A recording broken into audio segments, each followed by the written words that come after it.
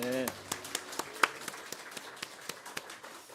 네, 할렐루야. 네, 오늘 신성도님 주님이라고 환영하고 축복합니다. 이제 미사호수에 나가 보니까 이제 봄이 왔더라고요. 그래서 어제 보니까 송사리들도 다 나와 있고, 그리고 까치들이 물에 들어가 목욕하더라고요. 그래서 아, 봄이 왔구나 이런 생각이 듭니다. 우리 기쁜 마음으로 서로 이렇게 인사하겠습니다. 성도님 덕분에 봄이 더 아름답습니다. 한번 인사하겠습니다. 성도님 덕분에 봄이 더 아름답습니다. 네. 네, 제가 국어 교육과 출신이라는 걸 이해하셔야 됩니다. 예, 그래서 감동이 오는 대로 이렇게 함께 나누는데 하나님께서 우리 가운데 또 큰 은혜로 함께 하실 줄 믿습니다. 오늘 성검 기도 이후에 저희가 파송식이 있어서 먼저 이렇게 소개해 드릴 분을 같이 소개하고 이렇게 시작하도록 하겠습니다. 먼저 우리 오늘 떡을 내셨습니다. 우리 박정호 집사님, 김현정 집사님 가정에서 이렇게 치유가 완전히 되어서 이렇게 오셔서 감사의 떡을 냈는데 우리 경희애 박사 한번 부탁드립니다. 감사의 박수. 네. 계속적으로 몸이 회복될 수 있도록 기도해 주시면 감사하겠습니다. 그리고 우리 경종대 성도님이 인도하신 우리 김순자 성도님 잠깐 일어서 주시겠습니까? 네. 네, 반갑습니다. 예수님의 이름으로 환영합니다. 우리 교회에 또 잘 적응하실 수 있도록 함께 기도해 주시면 감사하겠습니다. 오늘 말씀 제목은 준비된 교회를 하나님은 사용하십니다. 이 말씀으로 함께 은혜를 나누고자 합니다. 오늘이 멘토링 선교 파송 예배로 이렇게 드려지는데 우리 이때 우리 아름다운 교회가 꼭 본받아야 할 한 교회가 있습니다. 성경 안에. 그래서 그 교회를 우리가 살피면서 은혜를 나누고자 합니다. 오늘 말씀을 준비하면서 이솝 우화 아시죠? 예전에 이렇게 많이 보셨을 때 그 이야기 하나가 생각났습니다. 한 노인이 평생 성실하게 살면서 포도밭을 일구면서 건실하게 사셨는데 이분에게 고민거리가 있는 거예요. 뭐가 고민이냐면 그 아들들이 있는데 일도 안 하고 유행을 바라고 그리고 날마다 서로 이렇게 싸우는 거예요. 그래서 이 노인이 내가 죽으면 이 아이들이 어떻게 이 험한 세상을 살아가겠는가 그런 생각이 들어서 이렇게 고민하고 있다가 그분이 이제 죽을 때가 되어서 아들들을 다 불렀습니다. 그래서 이제 죽기 전에 그 아들에게 유언하는데 그 아들에게 뭐라고 유언하냐면 내가 일평생 모았던 재산들을 저 포도밭에 숨겨놨다. 예, 그래서 내가 죽으면 누구든지 가서 찾는 사람이 임자다 이렇게 된 거예요. 그래서 그 유언을 남기고 이제 그 노인이 돌아가셨습니다. 그러니까 이제 이 아들들이 평생 일 안 했던 아들들이 이제 삽이랑 곡괭이랑 들고 이제 그 포도밭에 간 거죠. 그리고 어떻게 했겠습니까? 열심히 포도밭을 팠습니다. 그 넓은 포도밭 하나도 남기지 않고 다 파서 엎혀서 돌 같은 거 있으면 딱딱한 거 있으면 옆에 치우고 가다 하다 보니까 땅이 부드러워졌어요. 그런데 보물을 찾았겠습니까? 못 찾았겠습니까? 못 찾았죠. 그래가지고 못 찾아서 허탈해 있는데 그해 가을이 됐습니다. 그해 가을에 포도 열매가 열렸는데 이때까지 열렸던 것보다 훨씬 풍성한 포도 열매가 열려서 형제들이 그것을 합심해서 다 소출을 내서 이렇게 수확을 거뒀습니다. 그때서야 이 형제들이 깨달은 거예요. 아, 우리 아버지가 우리에게 준 보물이 이거구나. 우리가 성실하게 일하면 그 보상으로 열매가 맺히고 또 우리가 함께 일하면 그 가운데 사랑과 은혜가 있구나. 그러면서 그 아이들이 변했다는 이야기가 이솝 우화에 나옵니다. 동일합니다. 우리 예수님께서도 이 성천하실 때 우리에게 말씀을 주고 가셨습니다. 유언 같은 말씀을 주셨습니다. 이 제자들 서로 누가 크냐, 누가 높은 자리에 앉을 거냐 싸우는 제자들, 우리 삶의 형편이 언제 좋아집니까? 이렇게 묻던 제자들에게 예수님께서는 뭐라냐면 너희들 앞에 포도밭이 놓여져 있다. 예루살렘이란 포도밭이 놓여져 있고 온 유대와 사마리아 땅 끝까지 포도밭이 널려 있다. 그 포도밭에 가서 너희가 복음으로 그 밭을 일구면 많은 열매를 거두게 될 것이다. 예수님께서 마지막 유언 같은 말씀을 주셨습니다. 그래서 제자들이 그 마가의 다락방에 모여서 오로지 기도에 힘쓰고 성령의 충만함을 받고 그 말씀 붙들고 예루살렘에 복음의 씨를 뿌리고 온 유대와 사마리아 땅 끝까지 그들의 복음의 씨를 뿌리고 또 기경을 했습니다. 그때 놀라운 열매들이 맺혔습니다. 아마 그때 제자들이 주님이 말씀하신 진정한 이 말씀의 의미가 이것이구나 이것을 깨달았을 것 같습니다. 마찬가지입니다. 우리 인생의 가장 큰 축복, 오늘 성가대에서도 이렇게 찬양했는데 우리 삶의 가장 귀한 것, 복음을 알고 복음을 위해서 살아가는 것, 그것이 가장 귀하다 이렇게 말합니다. 그래서 우리 주머니에 늘 금덩어리를 찾는 것이 우리 삶에서 가장 귀한 것이 아니고 주님의 말씀을 사명으로 붙들고 그 말씀을 위해서 살아갈 때 하나님께서 큰 은혜 더하여 주실 줄 믿습니다. 주님께서 우리에게도 포도밭을 주셨습니다. 가정이라는 포도밭을 우리에게 주셨고 직장과 또 마을 그리고 민족과 열방이라는 포도밭을 주셨습니다. 주님의 약속은 뭐냐면 너희가 그것을 기경하고 일구고 복음의 씨를 뿌리면 수많은 열매를 거두게 될 것이다. 그래서 주님께서 하시는 약속은 이런 것 같습니다. 내가 믿음으로 기경하는 그 자리에서 내가 생명의 열매를 보게 하리라. 그리고 내가 기도로 땅을 파고 순종으로 복음의 씨를 뿌리는 그 자리에서 내가 반드시 생명의 열매를 맺게 하리라. 주님께서는 우리에게 그 말씀을 하시는 것 같습니다. 그래서 제가 우리 성도님을 봤을 때 가정을 복음으로 일구기 위해서 애쓰고 계시는 모습을 봅니다. 우리 자녀들에게 복음을 전하려고 애쓰고 있고, 우리 또 배우자들을 위해서 복음을 전하기 위해서 정말 애쓰고 있습니다. 그 가정이라는 포도밭을 지금 애쓰고 있는데 하나님의 때 열매를 얻게 될 줄 믿습니다. 주님의 약속은 변함없습니다. 그리고 우리 지역과 그리고 우리 민족과 열방에 우리가 복음의 씨를 뿌리면 하나님은 반드시 그 열매를 얻게 될 것이다. 우리가 그 소망을 가지고 주의 말씀을 붙들고 나아가는 우리 성도님들 되었으면 좋겠습니다. 그래서 오늘 말씀은 주님께서 땅끝까지 복음을 전하는 이 사명을 우리에게 주셨는데, 그 사명을 순종했던 교회가 있습니다. 그 사명을 온전히 이루기 위해서 쓰임받았던 교회가 있는데, 그 교회가 안디옥 교회입니다. 많은 교회들이 문제들이 많았는데 안디옥 교회는 여러 가지 어려움이 있음에도 불구하고 그 사명을 붙들고 끝까지 그 사명을 이루었습니다. 그래서 한국에 많은 교회들이 있는데 많은 교회들이 이름을 뭘로 지을까요? 안디옥 교회 이름 보셨죠, 그죠? 예, 고린도 교회라 지은 거 교회 봤습니까? 예, 그 교회 이름 안 짓습니다. 예, 빌립보 교회 그래도 보기 어렵죠. 그런데 안디옥 교회는 참 많습니다. 특별히 전주에 가면 무슨 교회가 있습니까? 안디옥 교회가 있죠. 그래서 제가 청년 때 그 교회에 대한 이야기를 많이 들었습니다. 그 교회는 건물이 되게 형편없었다고 이야기를 들었습니다. 뭐냐면 그 도람강 뭡니까? 이건데 반을 잘라가지고 세운 것이 깡통 교회라고 합니까? 그 군용 그 막사같이 이렇게 지었죠. 아마 보신 분들도 있을 겁니다. 그래서 교회를 더 좋게 지을 수 있는데 그 교회는 그 건물에 돈을 투지 않는 거예요. 그래서 대신 어떻게 하냐면 자기 교회의 재정의 60%를 우리는 선교 헌금에 쓴다. 그래서 60%를 선교 헌금에 쓰고, 그리고 그 교회에서 수백 명의 선교사님을 파송했다고 합니다. 그렇게 온 교회가 보내는 선교사가 되어서 그 선교를 위해서 힘쓸 때 하나님께서 그 교회에 큰 은혜를 주셨다고. 그래서 제가 청년 때는 그 교회가 우리 한국 교회의 모델이 되는, 그런 선교의 모델이 되는 교회가 되었습니다. 그래서 오늘 말씀은 뭐냐 하면 주의 복음을 위해서 애쓰는 교회에게 하나님은 은혜를 더하여 주신다. 그것을 오늘 말씀해 주고 있습니다. 그래서 우리가 그 모델이 되는 그 안디옥 교회가 성경 안에서 어떻게 출발했는지, 어떻게 그 안디옥 교회가 이 세계 선교를 담당하는 교회가 되었는지 그것을 보면서 우리도 은혜를 누리는 그런 시간들을 갖으면 좋겠습니다. 중요한 건 이 교회가 어떻게 출발했는가, 이 교회가 좋은 과정에서 출발한 것이 아니고 환란으로 출발했다는 겁니다. 그 말씀이 오늘 말씀 나오는 19절입니다. 우리 성경책 한번 보도록 하겠습니다. 19절 말씀 같이 읽겠습니다.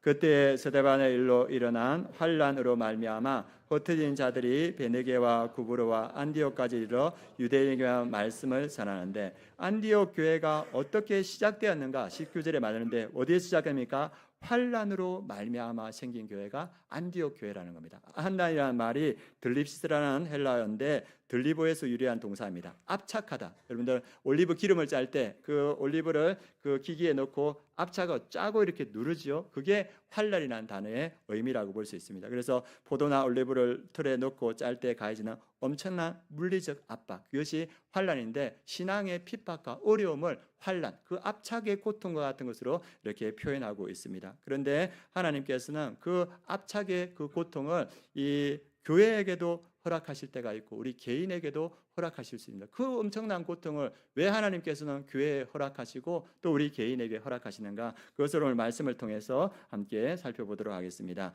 예루살렘 교회에 환란이 왔습니다. 그래서 특히 사울이 집집마다 다니면서 사람들을 막 감옥에 집어넣고 스데반은 죽었습니다. 그러니까 이런 큰 환란이 점점점 성도들을 덮쳐오니까 그 예루살렘의 많은 성도들이 그 예루살렘에 있지를 못하고 이제 다 이렇게 흩어지게 됐습니다. 얼마나 멀리 갔냐 하면 지도 한번 보여주시겠습니까? 이 예루살렘에 있던 성도들이 다 흩어졌는데 아마 환란이 엄청난 핍박이었던 것 같아요. 그래서 구브로, 지금은 키프로스이라고 하는데 저 섬에까지 사람들이 흩어져 살기 위해 갔습니다. 저기까지 거리가 한 300km 정도 되는 거예요. 그 먼 거리를 사람들이 그 환란을 피해서 갔고, 그리고 사람들이 베니게와 안디옥까지 갔습니다. 안디옥은 예루살렘에서 한 500km 정도 되는 거예요. 2, 3주 정도 되는 그 먼 길을 이렇게 환난과 핍박 때문에 이렇게 가게 되었습니다. 그래서 사람들이 뿔뿔이 흩어져서 갔는데 그들이 환난과 핍박이 조기적으로 들어오니까 아마 재산을 처분할 수 있는 시간도 없었을 거예요. 그래서 필요한 거 몇 가지 하고 손에 있던 거 가지고 들고 그리고 이 구브로와 그리고 안디옥까지 이렇게 핍박을 통해서 도망갔습니다. 그러면 우리 같으면 제일 먼저 뭘 했겠습니까? 우리가 살 수 있는 집을 구하고 직장을 구하고 생활에 안정이 되면 또 신앙생활을 열심히 했겠는데 이들은 그것보다 먼저 한 것이 있습니다. 우리 19절 말씀 같이 한번 보도록 하겠습니다. 같이 읽겠습니다. 그때 스데반의 일로 일어난 환란으로 말미암아 흩어진 자들이 베니게와 구브로와 안디옥까지 이르러 유대인에게만 말씀을 전하는데 흩어진 그들, 가진 것도 별로 없는 그들이 그 구브로와 안디옥에까지 가서 뭐 했냐면 말씀을 전했다 이렇게 말합니다. 그 예루살렘 교회에서 경험했던 그 말씀, 그 복음의 진수를 그 구브로 섬 아는 사람 누가 있겠습니까? 그리고 안디옥 그곳에 가서 말씀을 전했다 이렇게 말하고 있습니다. 그런데 그곳에서 처음에는 이들이 유대인이었기 때문에 유대인들에게 말씀을 전했습니다. 그런데 그 예루살렘 교회에도 헬라파 유대인들이 있었습니다. 그러니까 예루살렘에서 태어나지 않고 구브로 섬에서 태어난 사람 그리고 그 주변에서 태어난 사람들이 있었는데 이 사람들은 헬라 문화에 대해서 잘 알고 있고 헬라어도 능통했기 때문에 이 사람들이 가서 유대인에게만 복음을 전한 것이 아니고 헬라인 이방인에게도 복음을 전하기 시작했습니다. 그래서 그들을 통해서 어떤 일이 일어나냐면 20절, 21절 말씀이 일어납니다. 같이 읽겠습니다. 그 중에 구브로와 구레네 몇 사람이 안디옥에 이르러 헬라인에게도 말하여 주 예수를 전파하니 주의 손이 그들과 함께 하심에 수많은 사람들이 믿고 주께 돌아오더라. 그래서 그 안디옥에 갔던 그 헬라파 유대인들이 가서 헬라인들에게도 주 예수를 전파했습니다. 복음을 전파했습니다. 그러니까 주의 손이 하나님의 능력이 그들과 함께 하심에 수많은 사람들 헬라인들이 예수님을 믿고 주께 돌아왔습니다. 어디서부터 시작했습니까? 환란으로 시작했어요. 그 압착하는 그 고통 가운데 교회도 환란을 당하고 개인도 환란을 당했습니다. 그런데 하나님은 이 환란을 통하여서 하나님의 일을 진행하고 영혼을 구원하는 일을 쓰시는 것을 봅니다. 우리 삶에 개인적인 환란이 있을 수 있습니다. 그리고 교회적인 어려움이 있습니다. 하나님은 그것을 통해서 환란으로 그치지 않고 하나님께서 모든 것을 주관하시기 때문에 그 일을 통해서 하나님은 하나님의 일을 하시는 줄 믿습니다. 그리고 우리 개인을 통하여서 그 복음의 진수, 생명의 진수가 전하게 됩니다. 그래서 우리가 압착하면 올리브 기름이 나오듯이 우리를 통해서 복음의 정수가 그때 흘러나온다. 그것을 잘 보여주는 그 이야기가 이 윤설미 씨라는 분의 이야기입니다. 아마 유튜브에서 보신 분도 계실 텐데 이분이 북한에서 넘어온 탈북민입니다. 이분이 북한에 있을 때 아버지가 고위직에 있어서 유복한 생활을 했었는데 아버지가 돌아가시니까 그 가정이 그냥 무너지는 거예요. 그래서 먹고 살기 위해서 탈북을 했는데 그 탈북 가운데 2번이나 잡혀가지고 북한으로 이렇게 압송되어 됐고 그리고 인신매매도 중국에서 당한 거예요. 그러니까 그런 많은 고통 가운데 이제 2번째 압송되어 할 때는 그 악명 높은 정거리 교도소라는 그 교도소에 잡혔습니다. 근데 거기에서는 생존율이 30%밖에 안 된다는 거예요. 그러니까 한 1000명 이렇게 잡혀 들어오면 300명만 살아남고 나머지 700명은 다 죽는 거예요. 그래서 매일 시체가 이렇게 실려 나가고 그리고 그 안에 이제 전염병이 돌아가고 이분도 열병에 걸려서 40도를 오르내리는 그러한 어려운 가운데 있었다고 합니다. 근데 이 정거리 교도소에 누가 같이 잡혀왔냐 하면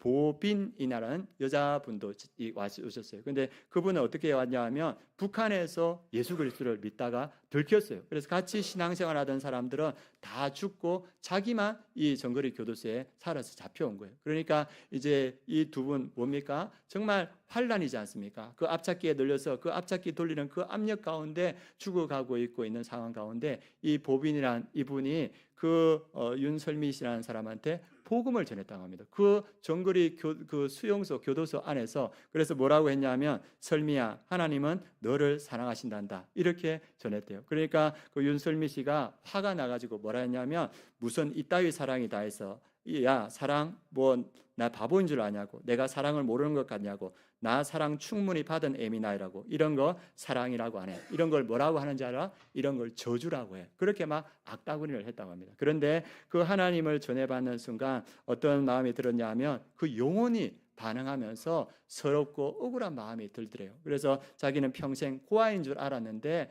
알고 보니까 재벌 아버지가 있어서 자기에게 찾아와서 이제 내가 네 삶을 책임져 줄게, 네 마음을 놓아라, 이렇게 찾아온 것 같은 그 마음이 들어서 그때 서러움과 안도감 가운데 하나님을 영접하고 예수님을 믿게 됐다고 합니다. 그런데 자기가 7년 동안 이분이 그 남한을 노벌려서 애쓰려 했는데 그 하나님 예수 그리스도를 믿고 나서 한 달 만에 한국에 오게 되는 거예요. 그래서 지금 이분은 한국에 와서 세 자녀의 엄마로서 전국을 다니면서 안보 강연과 복음을 전하고 있습니다. 그리고 복음을 전했던 그 보빈 씨도 한국에 넘어와서 두 사람이 한국에서 만난 거예요. 그래서 그 두 사람이 만나서 대화하는 모습이 유튜브에 올렸더라고요. 그래서 이 보빈 씨가 이 설미 씨에게 말하는 이야기가 뭐냐면, 내가 수용소에서 가장 잘한 일은 너에게 복음을 전한 일이다, 이 이야기를 하시더라고요. 이 가장 큰 환난을 통하여서 복음이 전해지고 한 영혼이 살아나고 또 그것을 통하여서 하나님의 일과 하나님의 영광이 나타난 것을 보게 됩니다. 하나님은 우리의 삶에 환난을 허락하시기도 하고 우리 교회에도 환난을 허락하시기도 합니다. 그러나 하나님은 그것을 환난으로 끝내지 않고 하나님은 그것을 복음의 통로, 축복의 통로로 사용하시는 줄 믿습니다. 그래서 우리 교회가 환난 가운데 있더라도 복음을 전하고 우리 삶이 어렵고 힘들더라도 그 가운데 이 복음을 전할 때 하나님은 그 일을 통하여서 하나님을 이루어 가시고 축복의 통로로 우리를 사용해 주실 줄 믿습니다. 그래서 그것을 오늘 안디옥 교회를 통해서 우리에게 보여주고 있습니다. 두 번째, 오늘 말씀을 통해서 우리에게 보여주는 거 뭐냐 하면 준비된 사람을 하나님께서 쓰신다는 겁니다. 우리가 여러 번 앞에서도 말했는데 오늘도 동일하게 준비된 사람이 나옵니다. 지금 안디옥에 가서 그 환난 당했던 사람들이 복음을 전하자 많은 사람들이, 유대인과 이방인들이 주님께 돌아왔습니다. 그런데 그게 구심점이 없는 거예요. 그래서 500km에 떨어져 있던 예루살렘에서 이 안디옥에 많은 믿음의 사람들이 세워져 있다는 걸 들었습니다. 그러면 이들을 믿음으로 세울 수 있는 사람을 있는데 누구를 보낼까 이렇게 생각했습니다. 그때 이 예루살렘 교회에 누가 있었냐면 우리가 잘 아는 구브로, 아까 말했던 그 지중해 섬 출신인 요셉이라는 레위족 사람이 있었습니다. 이 사람이 어떤 사람이냐, 그 사도행전 4장에 보면 자기의 것을 팔아서 많은 사람들을 구제하는 사람, 그래서 실질적인 도움과 위로를 주는 사람. 그래서 사도들이 이 평신도에게 뭐라 이름 붙이냐면 너는 위로의 아들이다, 이런 이름을 붙였습니다. 그래서 그 이름이 누굽니까? 바나바죠. 그래서 이 바나바를 보고 이 바나바를 어디로 보냈냐 하면 이 안디옥에 보냈습니다. 바나바는 아까 말했던 구브로 그 섬 출신이고 그래서 헬라 문화와 헬라어를 잘 알고 있었고 그리고 그 안디옥에서 이방인에게 복음을 전했던 많은 사람들이 구브로 출신이었습니다. 그러니까 의사소통이 너무 잘 되는 거예요. 그래서 이 바나바, 영성과 인격이 준비된 바나바를 보냈을 때 이 바나바가 안디옥에 가서 율법을 강요한 것이 아니고 하나님의 은혜를 인정하고 그들에게 너희들의 믿음의 결단을 하고 그리고 너희들이 예수께 딱 달라붙어 있으면 된다, 이것이 중요한 거다. 그렇게 그들을 붙들어 줄 때 오늘 말씀 뭐라고 합니까? 큰 무리가 주께 더하여지더라. 우리 24절 말씀 같이 한번 읽어보도록 하겠습니다. 바나바는 착한 사람이요 성령과 믿음이 충만한 사람이라. 이에 큰 무리가 주께 더하여지더라. 준비된 한 사람 바나바를 보니까 그 안디옥에 큰 무리가 주께 더하여지더라. 그리고 우리가 잘 아는 바나바의 사람됨이 어떠한가 이렇게 보여주고 있는데, 바나바스 위로의 사람, 그리고 우리 잘 아는 아가도스 무슨 뜻입니까? 착한 사람. 그리고 또 무슨 어떤 사람입니까? 플레레스, 충만한 사람. 저는 어느 때 멘토 목사님이 이거 외우라 하면 내가 외우고 있나? 이런 생각이 들기도 하더라고요. 우리 성도님들 다 외워지죠. 바나바스, 아가도스, 플레레스. 그래서 이 바나바는 준비된 사람인 거예요. 인격이 준비되고 그리고 믿음과 성령이 충만하니까 가장 필요할 때 하나님께서 그를 불러서 안디옥에 보내서 안디옥 교회를 든든히 세워가는 걸 봅니다. 하나님은 준비된 사람을 쓰시는 줄 믿습니다. 그리고 또 이게 교회가, 이 안디옥 교회가 점점 커져가는 거예요. 그러니까 이 바나바 혼자서 이것을 감당할 수 없는 거예요. 그래서 이때 나와 함께 동역할 수 있는 가장 필요한 사람이 누군가, 그것을 생각할 때 누가 생각나냐 하면 누가 생각났습니까? 사울이 생각났죠. 그게 25절 26절입니다. 같이 한번 읽어보겠습니다. 바나바가 사울을 찾으러 다소에 가서 만남에 안디옥에 데리고 와서 둘이 교회에 1년간 모여 있어 큰 무리를 가르쳤고 제자들이 안디옥에서 비로소 그리스도라 일컬음을 받게 되었더라. 아멘. 하나님 안에서는 우연이 없습니다. 사울이 예수 그리스도를 믿었을 때 이 사울을 사도들이 다 피했어요. 왜? 핍박하던 자였으니까. 그런데 이 사울을 제자들에게 사도들에게 데려간 사람이 누굽니까? 바나바였습니다. 그래서 이 바나바 데려가서 사울이 그곳에서 복음을 전할 때 유대인들이 이 사울을 죽이려고 하니까 이 사울이 자기의 고향 다소로 내려갔습니다. 그런데 바나바가 이때 누가 생각나냐면 사울이 생각나요. 사울은 이 다소 출신입니다. 다소 지도 한번 보여주시겠습니까? 예, 다소가 안디옥에서 아주 가깝습니다. 저 보면 안디옥 있고 저도 잘 안 보이는데 여러분들이 보일까 싶습니다.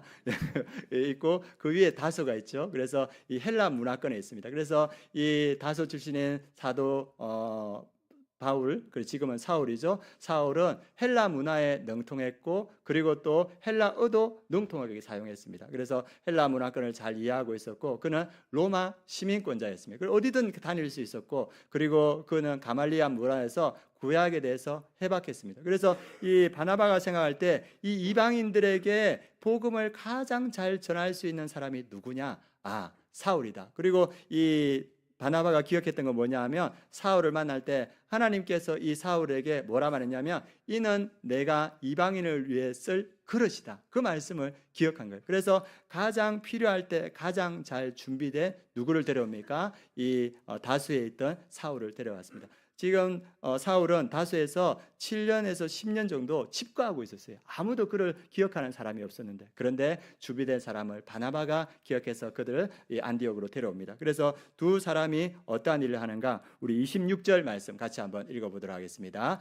만남에 안디옥에 데리고 와서 둘이 교회에 1년간 모여 있어 큰 무리를 가르쳤고 제자들이 안디옥에서 비로소 그리스도이라 일컬음을 받게 되었더라. 준비된 사람 우리 바나바, 준비된 사람 사울을 통해서 그 안디옥에 있는 큰 무리들을 가르쳤고 그리고 그 제자들이 안디옥에서 비로소 그리스도이나 일컬음을 받게 되었다. 그리스도인은 이거는 교회 안에서 한 말이 아니고 바깥 사람들이 말한 말입니다. 그리스도란 말은 뭐냐 하면 그들의 삶이 인격적으로 완전히 그리스도를 닮은 사람이다. 이렇게 해서 그 교회가 준비된 걸 봅니다. 그래서 오늘 바나바와 사울을 통해서 우리에게 계속적으로 하시는 말씀이 뭐냐 하면 준비되면 하나님이 쓰신다는 겁니다. 그래서 우리 아름다운 교회 성도님도 준비되어 가시는데 아직 멘토링 훈련 안 받으신 분은 멘토링 훈련으로 준비되시면 하나님께서 쓰실 줄 믿습니다. 그리고 또 우리 성도님 중에서 내가 제자 훈련 받아야 돼, 이때까지 피했는데 또 받아야 돼, 이렇게 생각하시는 분이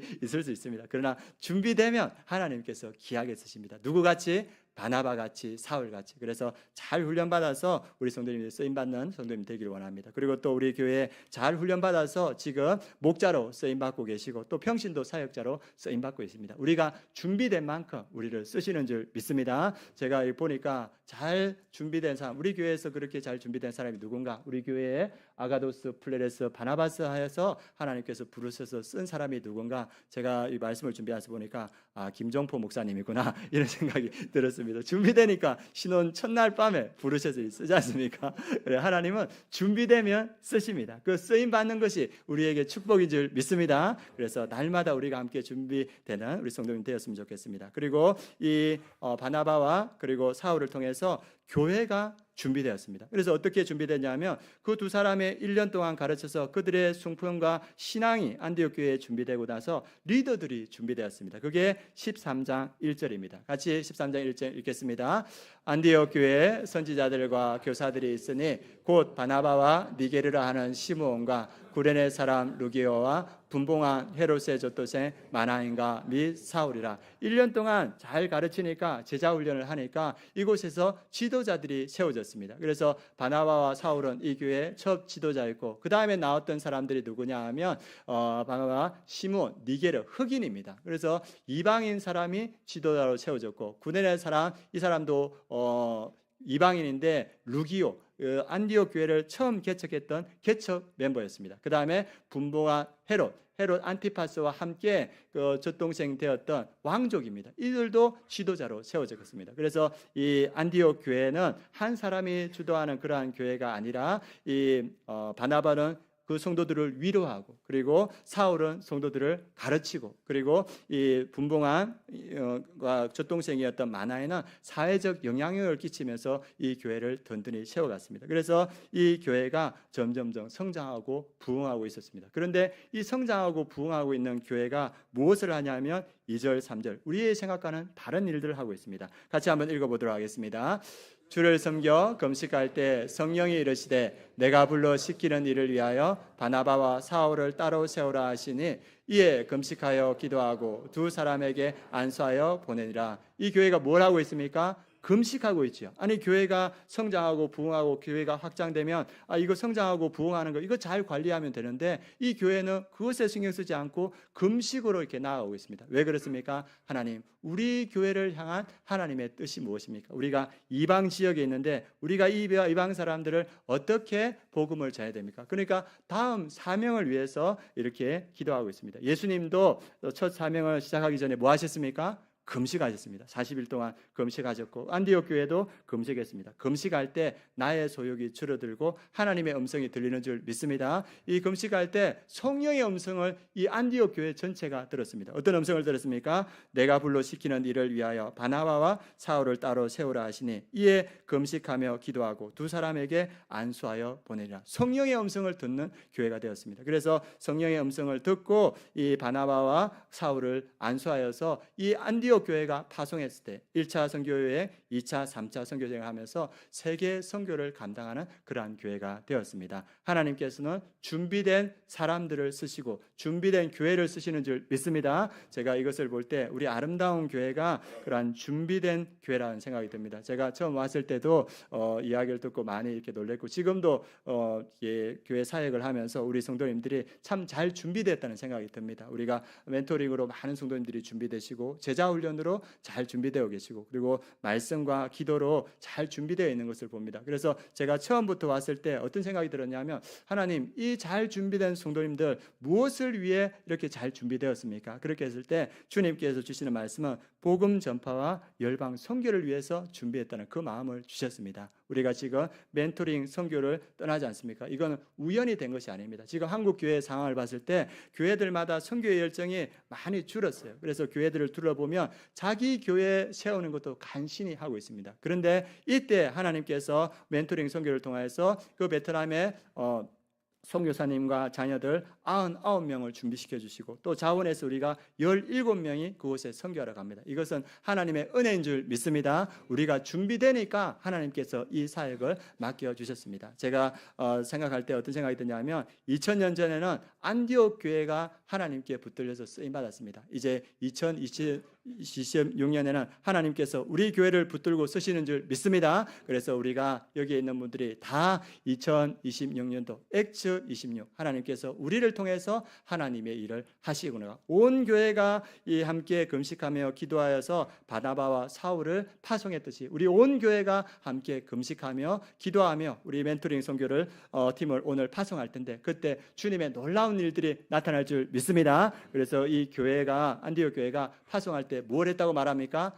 금식했다고 하지 않습니까? 그래서 우리 금식할 때 어떤 일이 일어나냐면, 나의 교만함을 내려놓고 하나님의 능력이 임하는 자리, 그 자리가 금식입니다. 그리고 예수님께서 이런 유는 금식과 기도 외에는 나갈 수가 없느냐, 우리가 뚫을 수 없는 것을 금식할 때 하나님의 능력이 뚫을 줄 믿습니다. 지금 베트남의 그 복음 전하는 그 자리가 되게 강팍한 자리입니다. 이것을 뚫고 나갈 수 있는 힘은 금식과 기도밖에 없는 줄 믿습니다. 그래서 지금 우리가 사순절 금식 기도하고 있는데, 여러분들 같이 금식 기도 이런 명단 적으면서 금식으로 멘토링 선교팀을 위해서 또 사순절을 위해서 함께 기도해 주시면 좋겠습니다. 그리고 기도했다고 하죠. 내일부터 우리 그 새벽 기도의 자리가 헐빈할 것 같아요. 왜 헐빈하냐? 기도하는 사람들이 많이 베트남 선교 떠나시거든요. 그래서 그 자리를 누가 채워야 되겠습니까? 아무도 대답 안 하시죠? 여러분들이 채워야 될 줄 믿습니다. 여러분들이 새벽에 나와서 멘토링 선교팀을 위해서 기도할 때 기도의 능력이 그 멘토링 현장에 나타날 줄 믿습니다. 그래서 안디옥 교회가 2000년 전에 바나바와 바울을 통해서 세계 선교를 담당하셨듯이 우리 아름다운 교회 모든 성도님들이 금식과 기도를 통해서 이 멘토링 선교에 동참해 주시길 축원합니다. 그럴 때 하나님의 놀라운 능력이 그 베트남 현장에서 나타날 줄 믿습니다. 그래서 우리 아름다운 교회 성도님들 하나님께서 주신 이 축복의 사역에 모두가 다 동참하여서 하나님의 큰 은혜를 경험하는 우리 아름다운 교회 모든 성도님 되기를 축원합니다. 우리가 이 믿음으로 함께 찬양하겠습니다. 주님께서 다시 오실 때까지 우리가 이 복음 땅끝까지 전하는 우리의 삶이 되게 하여 주옵소서.